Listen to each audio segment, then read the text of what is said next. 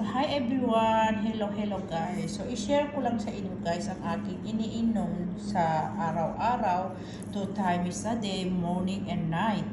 So, ito guys is green tea at saka mint na walang sugar siya guys. So, puro na lang siya tubig at saka yung mint at saka yung green tea natin guys. And then, maganda kasi ito guys na may mga blood sugar or may mga cholesterol, pang pababa rin ito ng sugar level or cholesterol natin.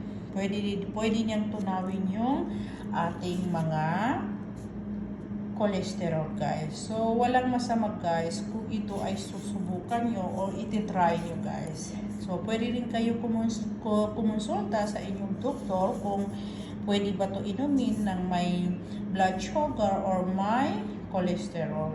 So, sasabihin talaga ng doktor pwede yan. O diba? Pero huwag nyo lagyan ng sukal guys ha.